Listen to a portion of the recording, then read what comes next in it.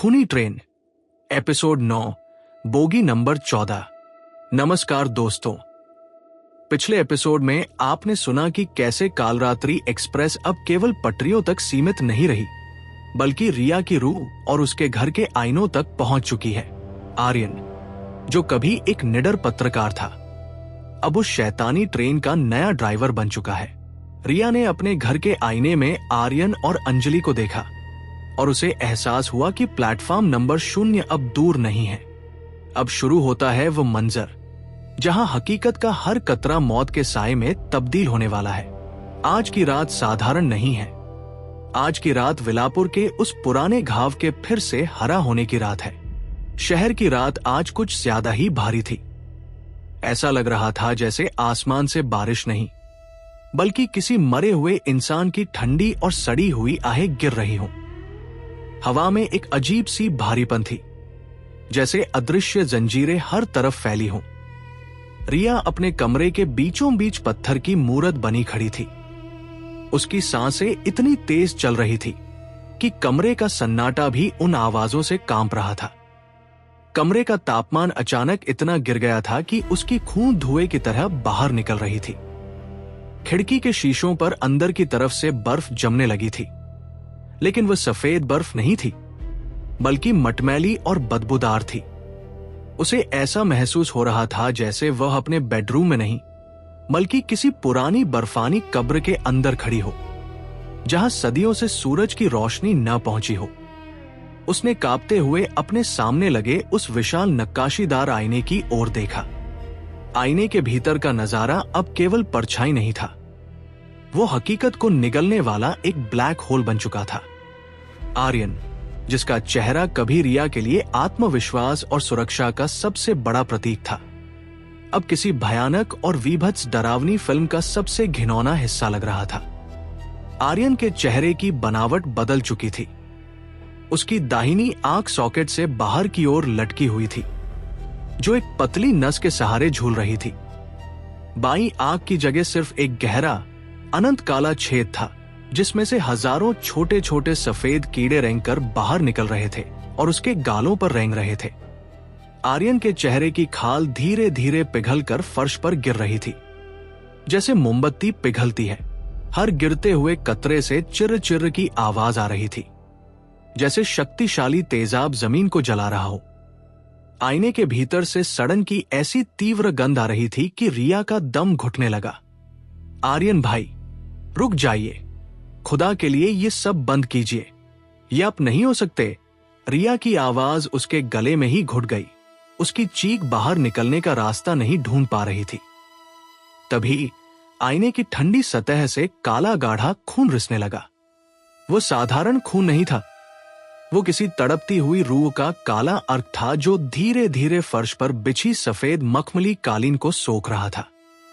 वो कालिक कमरे के कोनों तक फैलने लगी, जैसे कोई काली मकड़ी अपना जाल बुन रही हो। अचानक उस जानलेवा सन्नाटे को चीरते हुए घर के बाहर सड़क से वही चिरपरिचित रूह कंपा देने वाली गूंज आई। धड़ धड़ धड़ धड़ धड़ धड़। यह आवाज इतनी शक्तिशाली और भारी थी कि रिया के घर की नींव हिल गई। कमरे की दीवारों पर लगी पुरानी यादों वाली तस्वीरें, जिन्हें रिया ने बड़े प्यार से सहेजा था, एक एक करके नीचे गिरी और उनके शीशे हजारों टुकड़ों में चकनाचूर हो गए। तस्वीरों में मौजूद चेहरे अचानक रोने लगे और उनकी आंखों से खून निकलने लगा। रिया बदहवास होकर खिड़की की ओर भागी। बाहर का नजारा देखकर उसके पैरों तले से जमीन पूरी तरह खिसक गई।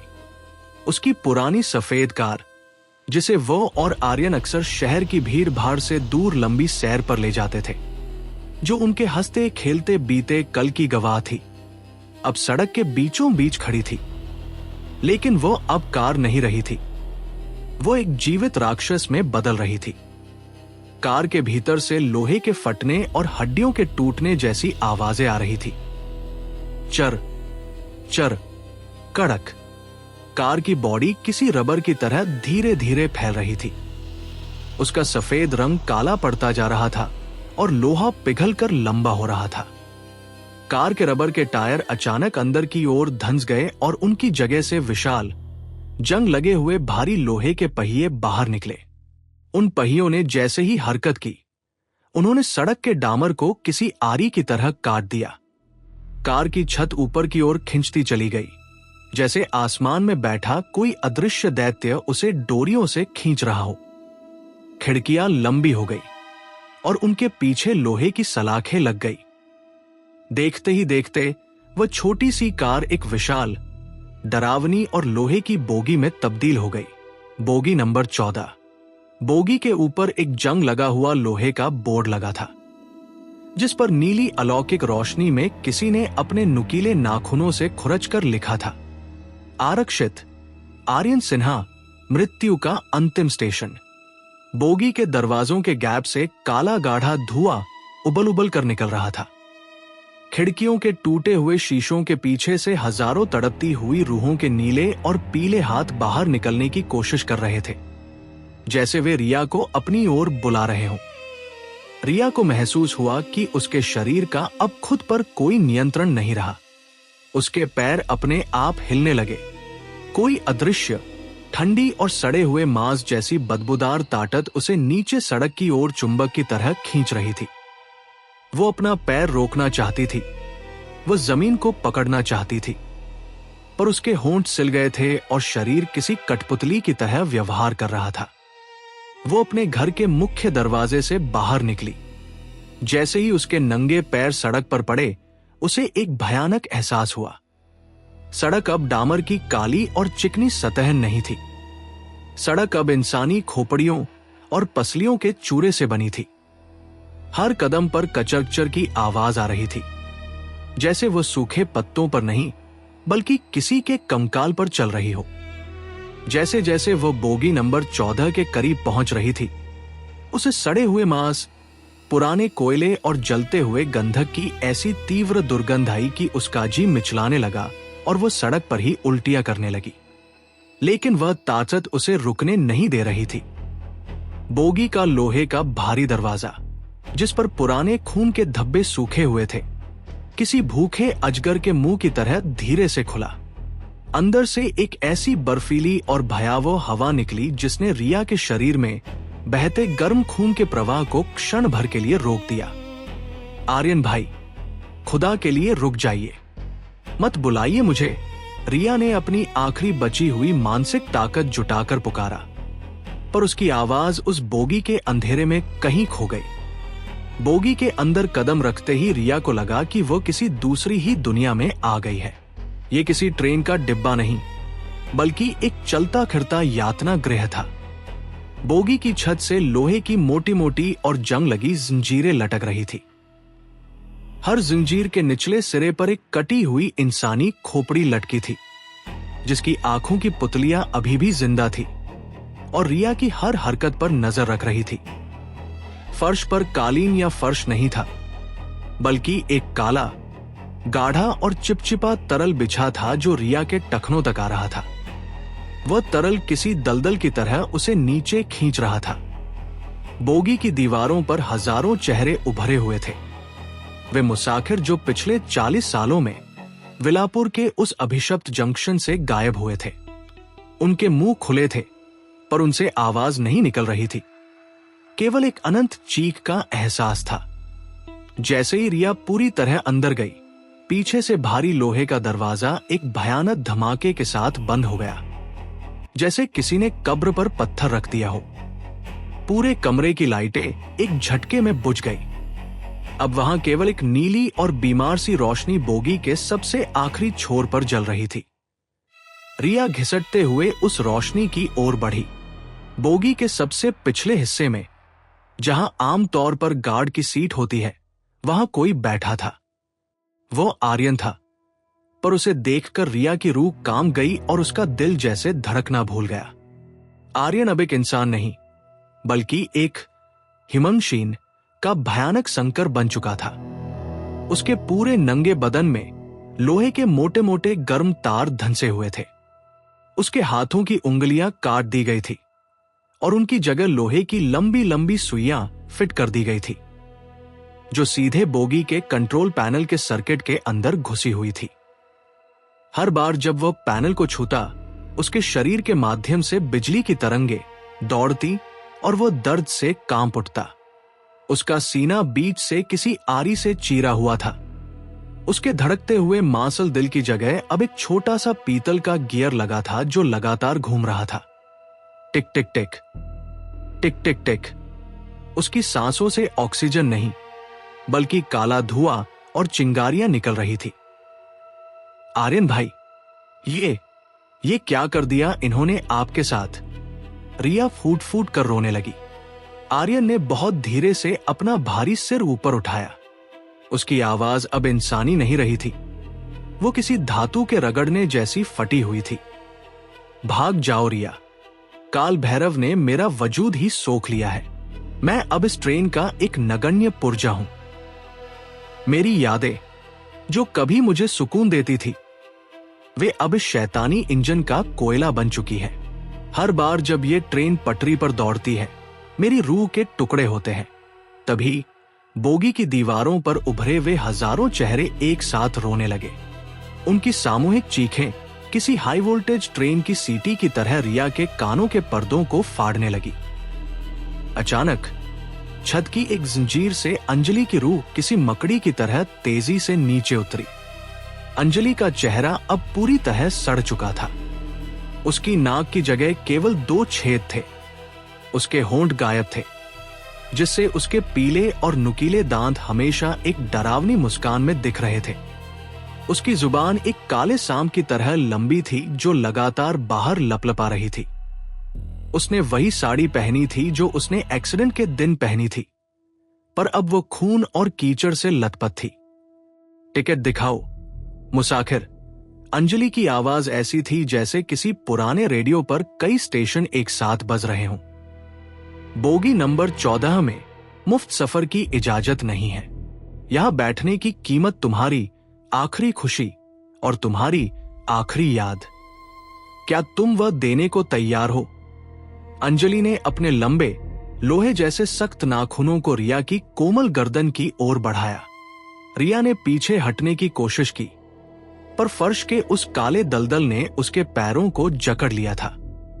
जैसे ही मौत के नाखून रिया की खाल को छूने ही वाले थे, उसे अपने बैग में एक तीव्र गर्माहट महसूस हुई। उसे लगा जैसे उसके बैग के अंदर आग लग गई हो। उसने कांपते हाथों से बैग खोला और वही गायब फाइल का आखिरी पन्ना निकाला। जैसे ही वह पुराना पन्ना बाहर आया, उससे एक दिव्य प्रचंड सुनहरी रोशनी निकली। वो रोशनी इतनी तीव्र थी कि बोगी के भीतर का सदियों पुराना काला अंधेरा क्षण भर में गायब हो गया। अंजलि की रूह उस पवित्र रोशनी को सहन नहीं कर पाई। वो किसी जलते हुए कागज की तरह तड़पने लगी और अपनी दर्दनाक चीखें छोड़ती हुई बोगी के ऊपरी कोनों में दुबक गई। उस पन्ने पर लिखे अक्षर अब बदल रहे थे। पहले वहां धुंध थी, फिर रिया के पिता देव सिन्हा का नाम उभरा। उसके ठीक नीचे खून जैसी स्याही से नए निर्देश लिखे थे। काल भैरव का वजूद इस लोहे की ट्रेन में नहीं है।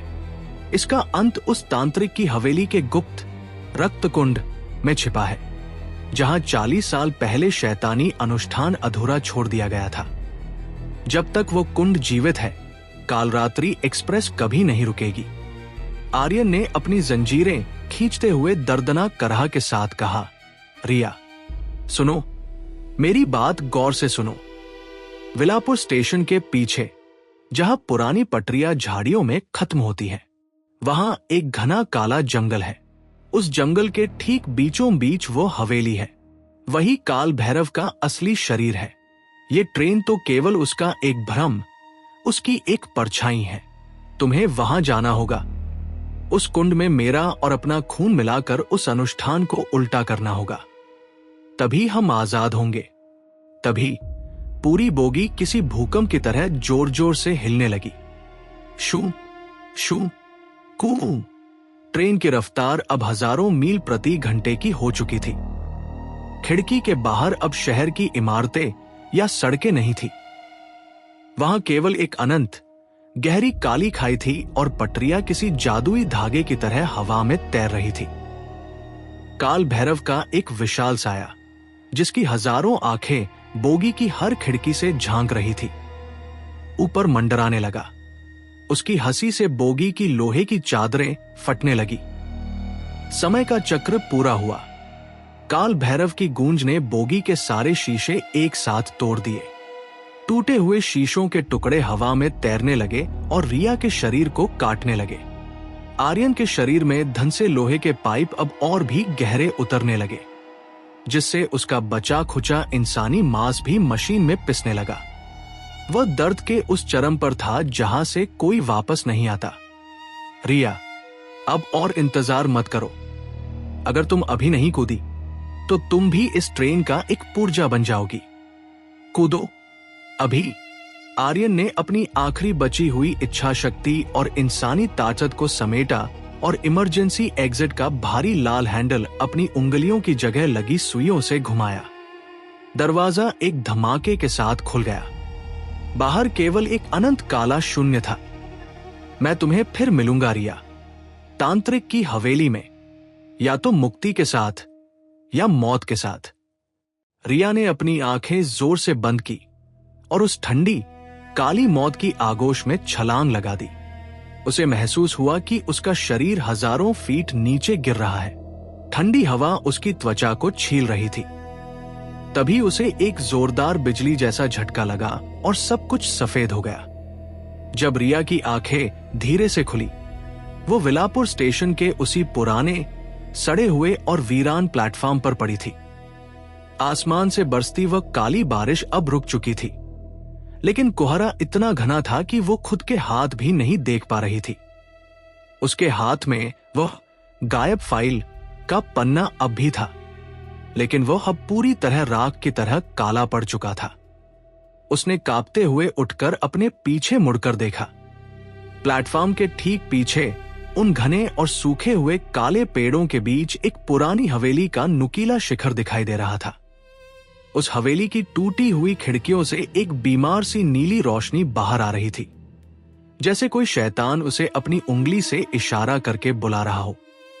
उसे एहसास हुआ कि आर्यन की कार वाली वह बोगी उसे उसकी नियति के सबसे करीब छोड़ गई थी। सफर अब अपने सबसे खतरनाक और अंतिम मोड़ पर पहुंच चुका था।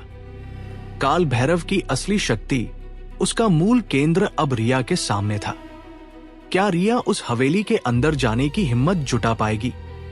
क्या आर्यन वाकई वहां रूहानी रूप में उसका इंतजार कर रहा है, या ये सब उसे खत्म करने का काल भैरव का अंतिम और सबसे बड़ा जाल है? जानने के लिए सुनिए अगला एपिसोड, तांत्रिक की हवेली। सफर अभी बाकी है दोस्तों, और मौत अब आपके बिल्कुल पीछे खड़ी है।